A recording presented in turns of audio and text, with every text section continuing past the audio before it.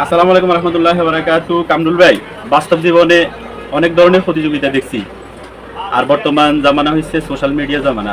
Social মিডিয়াতেও অনেক প্রতিযোগিতামূলক অনেক কিছুই দেখছি, কিন্তু একটা প্রতিযোগিতা এখনো চোখের নজরে বাস্তবেও আসে নাই, সোশ্যাল মিডিয়াতেও দেখি নাই। প্রতিযোগিতাটা ধরেন এরকম যে আল্লাহ তাআলা আমাদেরকে দুনিয়াতে জন্মগ্রহণ করাইছে মা বাবার মাধ্যমে। মা বাবা ছোটোবেলা থেকে লালন পালন করছে, বড় করছে, ভরণ পোষণ সব কিছুই মা বাবা চালাইছে।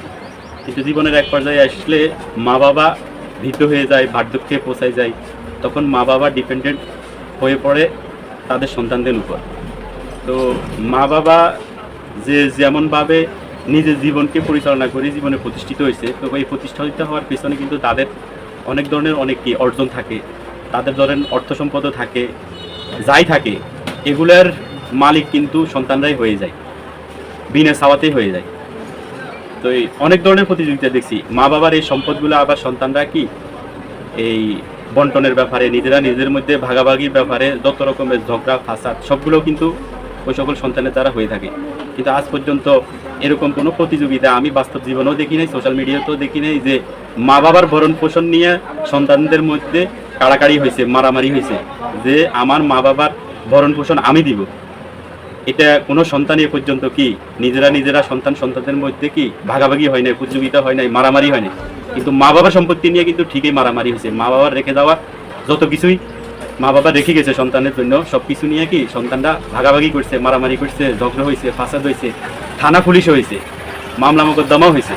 কিন্তু ওই মা বাবার ভরণ পোষণ নিয়ে কোনো সন্তান এই পর্যন্ত কি প্রতিযোগিতা করে নাই যে আমার মা বাবাকে আমি খাওয়াবো।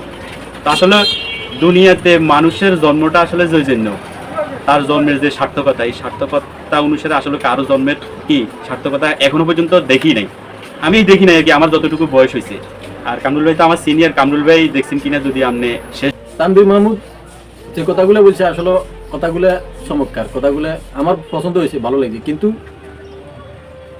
যতক্ষণ পর্যন্ত একটা লোকের ভিতরে আল্লাহর ভয় ঢুকবে না, যে আল্লাহ তাআলা যে তার মা বাবা মাধ্যমে তারে ফাইলতেছে, তারে ফালি ফুড়ি এত ছোট থেকে বড় করছে, ওটা যদি ওই ব্যক্তি মেমোরির ভিতরে না ঢুকে, ওই ব্যক্তি যদি এটা কখনো তার মাথার ভিতরে না ঢুকায়, সে মা বাবার খেদমত যে করতে হবে, আল্লাহ তাআলার হুকুম, আল্লাহ নবী বলছে যে মা বাবার খেদমত করলে একটা লোক দুনিয়াতেও শান্তি পাবে, এবং মা বাবার খেদমত করে যদি দুনিয়া থেকে যেতে পারে, আল্লাহ তাআলা তার জন্য আখিরাতে সুন্দর একটা জান্নাতের মালিক বানাবে। তো আল্লাহর ভয় যতক্ষণ পর্যন্ত একটা লোকের ভিতরে ঢুকবে না, অতক্ষণ পর্যন্ত মা বাবা কার এখানে খাইব বা তার এখানে খাওয়ার জন্য মারামারি করব, প্রতিযোগিতা করব, এটা কখনো তার ভিতরে আসবে না।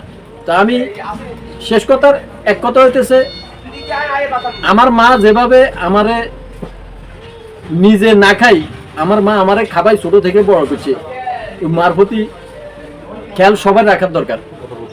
এবং কি আমার মা শীতের ভিতরে আমি প্রস্রাব করে দিছি, আমার মা প্রস্রাবের উপরে শুইছে, আমার মা শুকনো জায়গাটা ছাই দিছে যেন আমার ঠান্ডা না লাগে, যেন আমি কষ্ট না পাই।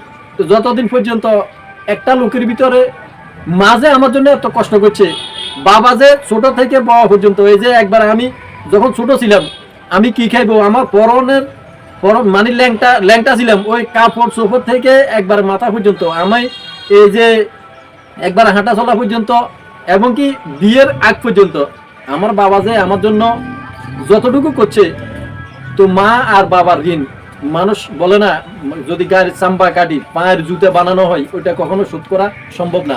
ঠিক আছে, যাদের মা আর বাবা নাই তারা বুঝতেছে মা বাবা কি জিনিস। মা বাবা যতদিন জীবিত থাকে ওই পর্যন্ত মানুষের এই কথা মাথার ভিতরে আসে না, ওই পর্যন্ত মানুষ ওই এটা চিন্তা করে না যে মা বাবা কি জিনিস। যখন মা দুনিয়া থেকে চলে যায় বা বাবা দুনিয়া থেকে চলে যায়, তখন চিন্তা করলেও ওই সময় কোনো লাভ হয় না, ওই সময় কোনো কিছু কামাই করার মতো তার কোনো কি থাকে না, সময় থাকে না। তো এই জন্য তানভীর মাহমুদ যে কথা বলছে খুব সুন্দর কথা বলছে, মা বাবাকে কেউ কষ্ট দিবেন না, সবাই মা এবং বাবাকে আপনারা পর্যাপ্ত পরিমাণ যতটুকু সম্ভব, আপনি দরকার প্রয়োজনে একবেলা খানা কম খাবেন। আপনি একবেলা খানা কম খাবেন, কিন্তু আপনার মা যদি বেঁচে থাকে মারে খানা খাওয়ানোর জন্য আপনি নিজে আপনার পরিবার পরিজনকে বলবেন। আজকে আমার পরিবার যদি আমার মারে একবেলা খানা না দেয়, এটা কিন্তু আমার দোষের কারণে আমার পরিবার আমার মারে খানা দিতেছে না। কেন? আমি ঘরে যাই, আমি নিজের খানা নিজে খাই, উঠি চলে যেতেছি, আমি কখন আমার পরিবারে জিজ্ঞেস করি নাই যে আমার মা খানা খাইছে কিনা। তো এটার মূল কারণ হয়েছে যে দোষ হয়েছে কি আমার। আমি যদি আমার মার খোঁজ খবর নিতাম, আমার মা খানা খাইছে কিনা, আমার বাবা খানা খাইছে কিনা, আমার বাবা কি করতেছে, আমার মা কি করতেছে, আমার মা কোথায় গেছে, যদি এইসব খোঁজ খবর আমি নিতাম, তাহলে কেউ কোনোদিন এই মারে কষ্ট দিত না। তো ঠিক আছে, আল্লাহ হাফেজ। সবাই যদি ভিডিওটা ভালো লাগে এই ভিডিওটা শেয়ার করে দিবেন, কারণ এটা সবার জন্য, ভিডিওটা সবার জন্য করা হয়েছে। মা বাবাকে মানে কি বলবো, মা বাবাকে নিয়ে কথা বলার মানে ভাষায় আমি প্রকাশ করতে পারতেছি না। মা, যার মা জীবিত আছে, যার বাবা জীবিত আছে, মা এবং বাবার মুখের দিকে যদি কেউ নেক নজরে তাকায়, তাকে আল্লাহ তাআলা একটা হজ, একটা উমরা করার নেকি দিয়ে দেয়। মা বাবা কি জিনিস এটা জীবিত থাকতে বুঝবেন না, মৃত্যুর পরে বুঝবেন।